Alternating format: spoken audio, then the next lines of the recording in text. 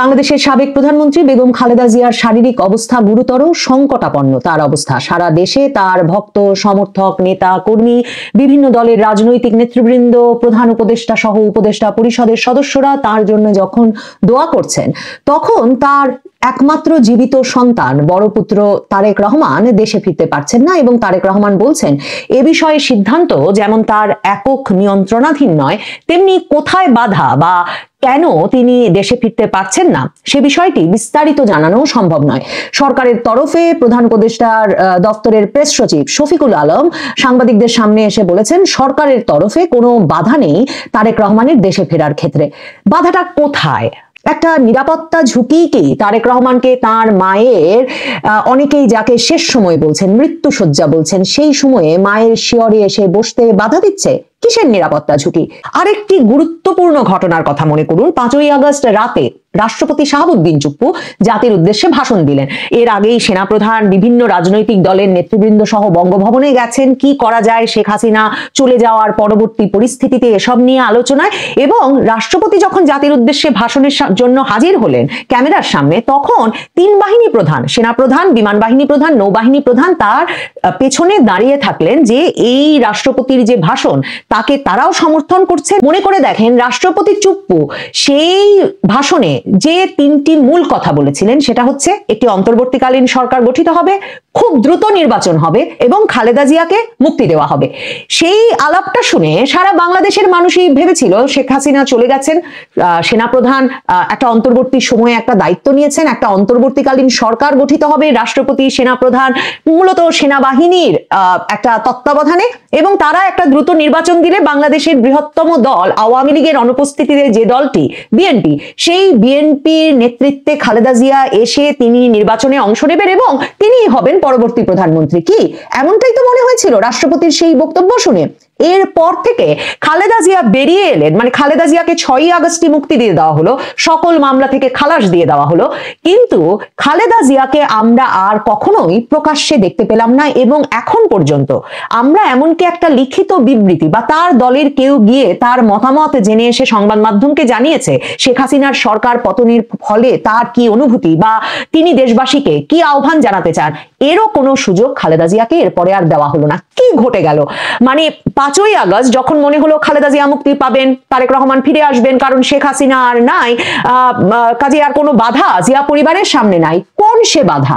যে বাধা 1.5 বছর সময় ধরে খালেদা জিয়াকে বাড়িতে মুখ বন্ধ করে বন্দি করে রাখলো এবং তারেক রহমানকে আর দেশে ফিরতে দিল না। 11 সরকার যখন এলো জানুয়ারি মাসে, 11ই জানুয়ারি যখন সেনা সমর্থিত তত্ত্বাবধায়ক সরকারটি গঠিত হলো, সেই সরকার যখন মার্চ মাসে তারেক রহমানকে গ্রেফতার করলো, সেই সরকার তারেক রহমানকে এরপর বাংলাদেশের রাজনৈতিক সংস্কার, বাংলাদেশের রাজনীতিকে দুর্নীতিমুক্ত করা এবং বাংলাদেশের রাজনীতিতে যে কোনো পরিবার, কোনো ক্ষমতাসীন ব্যক্তি সকল বিচারের ঊর্ধ্বে নয় সেটা প্রমাণের কেন্দ্রে নিয়ে এলো এই তারেক রহমান, এই প্রধানমন্ত্রী পুত্র, সাবেক রাষ্ট্রপতি পুত্র তারেক রহমানকে।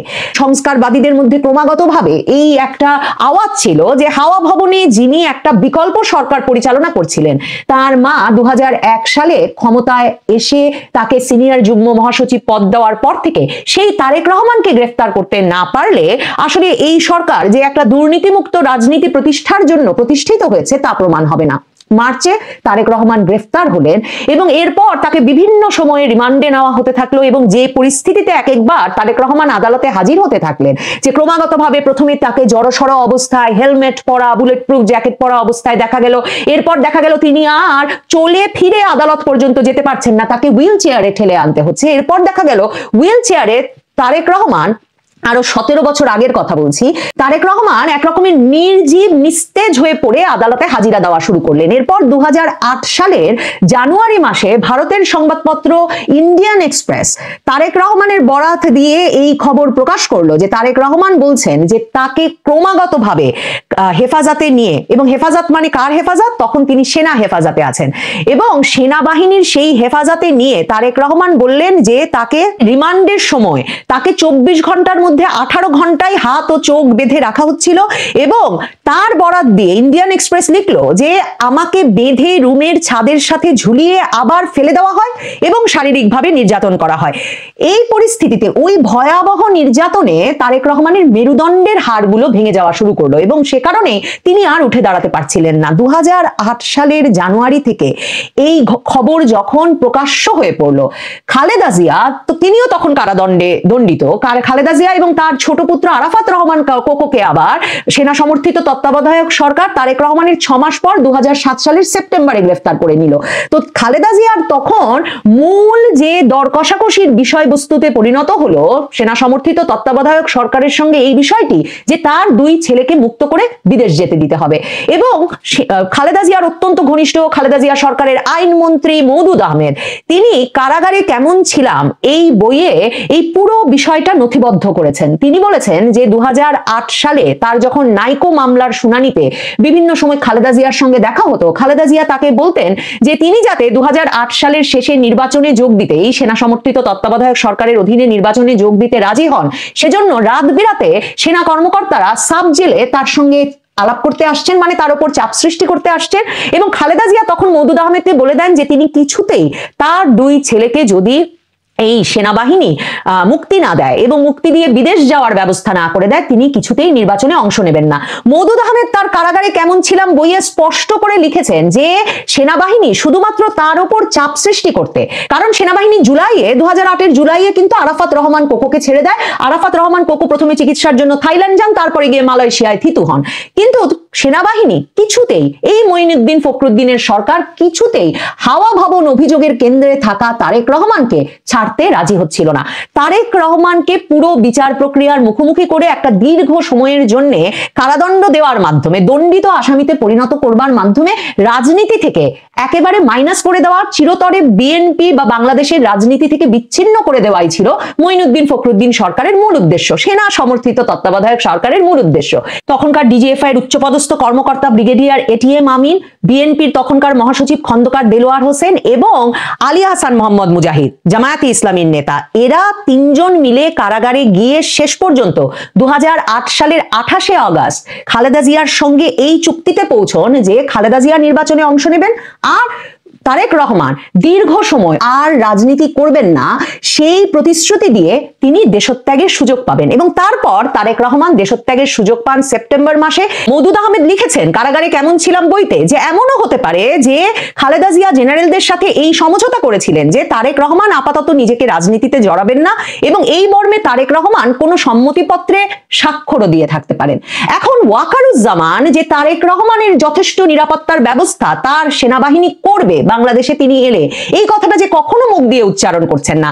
এমন একটা ভয়াবহ সংকটকালীন সময়েও যে তিনি এগিয়ে এসে বলছেন না যে তারেক রহমান আপনি নিরাপত্তার ঝুঁকি নিয়ে ভাববেন না, আমরা আছি আপনার পাশে, এই বিষয়গুলো নিয়ে যে বিস্ময়, সে বিস্ময় কেটে যাবে যখন আপনি হিসাব মেলাবেন যে তারেক রহমান তো এই ওয়াকারের বাহিনী, সেনাবাহিনীর জেনারেলদের কাছে মুচলেকা দিয়েই দেশত্যাগ করেছিলেন যে তিনি আপাতত আর রাজনীতিতে জড়াবেন না।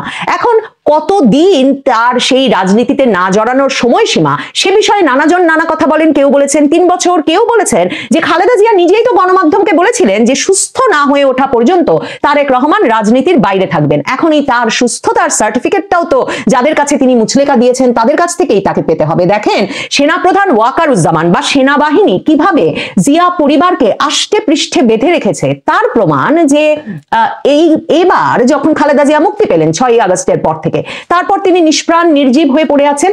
একমাত্র যে সামাজিক অনুষ্ঠানে তাকে যাওয়ার অনুমতি দেওয়া হলো তার দলীয় কোনো অনুষ্ঠানে নয়, একমাত্র যে সামাজিক অনুষ্ঠানে তাকে যাওয়ার সুযোগ দেওয়া হলো, ফটো সেশন করানো হলো, সেটা কিন্তু এবারের মতোই 2024-এরও 22 নভেম্বর সশস্ত্র বাহিনী দিবসে।